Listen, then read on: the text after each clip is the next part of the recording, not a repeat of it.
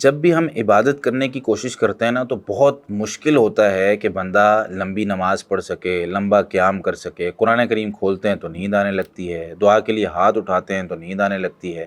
یہ ساری چیزیں کیوں ہوتی ہیں؟ کیونکہ عبادت کرنا مشکل کام ہے۔ رمضان میں ہم اپنی عادت بنا سکتے ہیں کہ ہم عبادت کے لیے اپنے آپ کو تیار کریں اور ٹریننگ کریں۔ صبر کی نا ایک قسم یہ ہوتی ہے کہ ہم اپنے آپ کو عبادت پر روک کر رکھیں کہ یار مجھے قرآن کریم پڑھنا ہے اور اس کو ختم کر کے اٹھنا ہے۔ اس کو بندہ پڑھتا رہے پڑھتا رہے پڑھتا رہے۔ جب روزہ رکھ رہے ہوتے ہیں تو روزانہ روزہ رکھتے ہیں تو ایک عادت بن رہی ہوتی ہے، روزانہ فجر کی نماز پڑھتے ہیں ایک عادت بن رہی ہوتی ہے، روزانہ جو ہے وہ کوئی اور نیکی کر رہے ہیں تو اس کی عادت بن رہی ہے۔ تو رمضان عادتیں بنانے کا مہینہ ہے نا، تو اس میں عبادت کی عادت بھی بنانی ہے۔ نبی کریم صلی اللہ علیہ وسلم کو اللہ تعالیٰ عبادت کا حکم دیتے ہوئے فرماتے ہیں فَإِذَا فَرَغْتَ فَانْصَبْ، آپ جب بھی اپنے معاشرتی معاملات سے فارغ ہو جائیں تو اپنے آپ کو اللہ کی عبادت میں تھکائیں۔